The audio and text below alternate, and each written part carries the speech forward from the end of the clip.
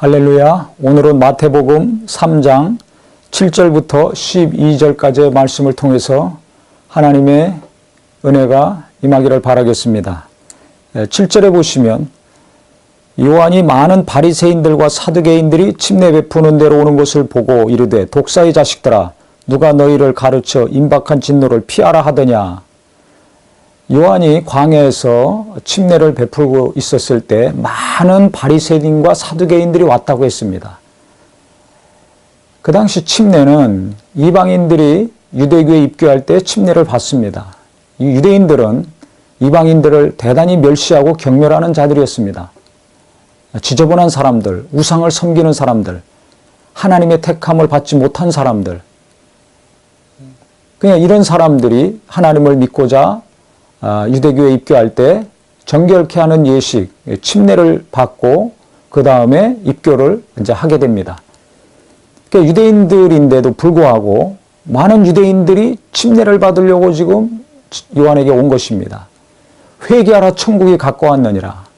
하나님의 나라가 가까웠으니까, 심판의 때가 가까이 왔으니까 죄 사함 받는 침례를 준 것입니다. 그래서 침례 받을 때 침례만 받은 것이 아니라 꼭 6절에도 나와 있듯이 자기들의 죄를 자복하고 요단강에서 그에게 침례를 받더니 그랬습니다. 침례 받기 이전에 요한 앞에서 자기 죄를 자백하는 겁니다. 하나님 앞에 자기 죄를 고백하는 겁니다. 그 다음에 요한에게 침례를 받았습니다. 죄가 있으면 심판을 받을 수밖에 없잖아요. 그렇기 때문에 죄 없이함을 받으려고 침례를 받는 것이고 죄를 그때 고백을 했습니다. 유대인들이 침례를 다시 받는 거, 이거는 전통적인 입장에서 보면 굉장히 큰 충격적인 일입니다. 이방인들이나 침례를 받고 죄 없이함을 받고 하나님께 돌아오는 것인데 이미 하나님을 믿는 사람들이, 아브라함의 후손들이 침례를 받는다는 것은 큰 충격적인 일이죠. 전통이 무너지는 것입니다. 개혁적인 일입니다. 아주 혁신적인 일입니다. 그럼에도 불구하고 수많은 무리들이 와서 자기 죄를 고백하고 구원받기 위해서, 죄사함 받기 위해서, 진노를 피하기 위해서 침례를 받았습니다. 그런데 이때 바리새인들, 사두개인들도 많이 와서 침례를 받으려고 줄을 서서 기다리고 있었습니다. 그러니까 이들도 요한의 영적인 권위, 수많은 무리들이 요한에게 가서 침례를 받았을 때, 그가 외치는 그 광야의 소리를 들었을 때 그들도 찔림을 받은 겁니다. 우리도 심판을 면해야 되지 않느냐. 우리도 저주를 면해야 되지 않느냐.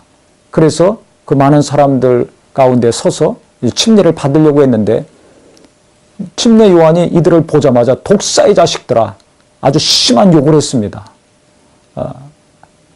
왜 그랬을까요? 그 이유가 있습니다. 8절에 보면 그러므로 회개에 합당한 열매를 맺고 속으로 아브라함이 우리 조상이라 생각하지 말라. 내가 너희에게 이르노니 하나님이 능히 이 돌들로도 아브라함의 자손이 되게 하시리라 그랬습니다. 독사의 자식들아 누가 너희를 가르쳐 임박한 진노를 피하라 하더냐. 회개에 합당한 열매를 맺어라. 아브라함의 자손이라는 자부심과 긍지를 가지고 살았던 사람들이 최고의 신앙인, 최고의 믿음을 갖고 산다는 그 자부심이 충만한 자들이 바리새인들이고 사두개인들이었습니다. 근데 회개에 합당한 열매가 없었습니다. 즉 말로만 하나님이고 말로만 계명이고 말로만 율법이었지 실제 자기들은 실행하지 않았습니다. 수많은 이스라엘 백성들에게 존경을 받고 사랑을 받고 높임만 받았지 속은 썩은 자들이었습니다. 하나님과 먼 자들이었습니다. 사두개인들이 나와 있는데 사두개인들 대부분이 제사장들입니다. 지난 시간에 말씀드렸지만 그 당시 제사장들은 로마 권력과 결탁하고 자기들의 지위를 확보하고 귀족적인 아주 부유한 삶을 살던 타락한 자들이었습니다. 바리새인들, 말씀대로 살자, 말씀대로 살자.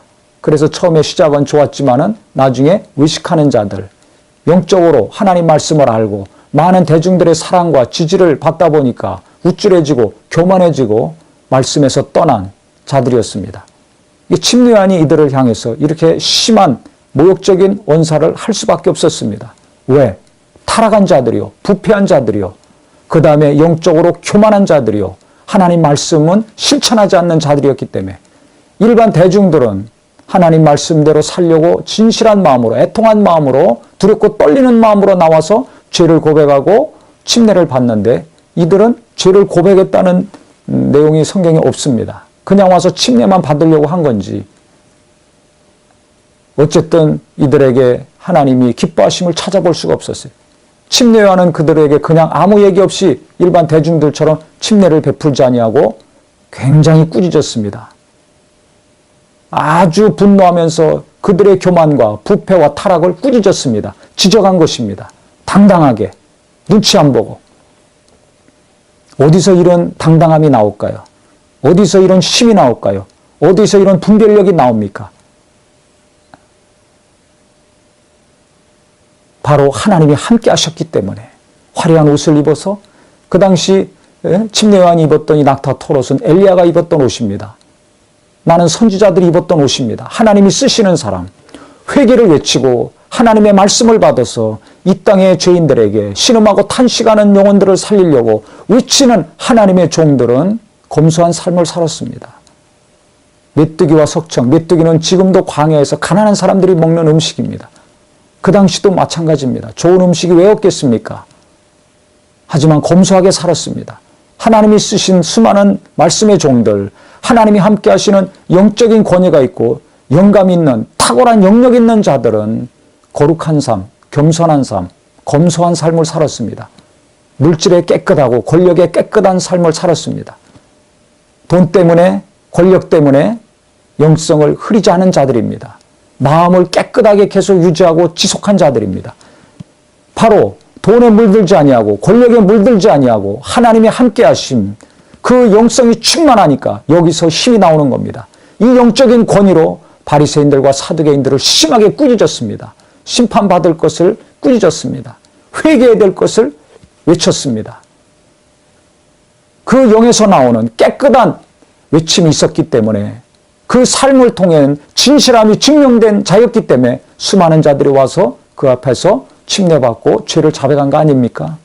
저는 오늘 이 본문의 말씀을 통해서 아무리 가난하고 별 볼 일 없는 옷을 입고 먹는 것도 변변치 않지만 하나님이 함께 하시는 삶, 좋은 옷을 입고 좋은 차를 타니고 넉넉한 부유한 삶을 살면서 영감 없는, 호소력도 없고 감동도 없고 은혜도 끼치지 못하는 삶을 사느니 좀 못 먹고 못 입고 좀 못 산다 할지라도 하나님이 함께 하시는 삶, 성령이 역사하시는 삶, 감동이 있고 호소력이 있고 은혜가 있고 생명을 줄 수 있는 그리스도인이요 하나님의 종들이 되기를 예수 이름으로 축원합니다.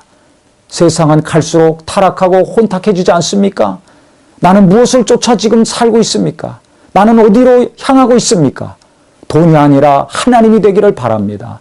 권력이 아니라 하나님이 되기를 바랍니다. 세상에서 유명한 자가 아니라, 세상에서 알아주는 사람 없더라도 하나님이 인정하시고 알아주셔서 나를 붙드시고 쓰시는 사람이 되기를 예수 이름으로 축원합니다. 진정한 힘은 돈에서 나오지 않습니다. 하나님에게서 나옵니다. 권력이 아니라, 지식이 아니라, 학위가 아니라 바로 하나님으로부터 나온다는 것을 다시 한번 명심하셔서 우리 모두가 이 땅에 예수 믿는 사람들이 이와 같이 세상에 타락하고 외식하고 교만해져가는 자들을 향해서 당당하게 외칠 수 있는 사람, 권력 앞에서 눈치 보고 돈 앞에서 기웃거리고 눈치 보고 벌벌 떠는 사람이 아니라, 외모를 보고서 사람을 판단하는 사람이 아니라 정말 하나님의 사람인가 아닌가, 하나님의 뜻대로 하고 있는가 아닌가, 하나님의 기뻐하시는 대로 살고 있는가 아닌가를 정말 분명하게 분별하고 하나님께 돌아갑시다. 하나님 뜻대로 삽시다. 하나님이 인도하시는 대로 우리가 나갑시다. 이끌어갈 수 있는 부모요 모든 성도들이 되기를 예수 이름으로 축원합니다. 그래야 내 영혼이 살고 자손들도 살고 이 나라 이 민족이, 한국교회가 조금이라도 더 나아지지 않겠습니까?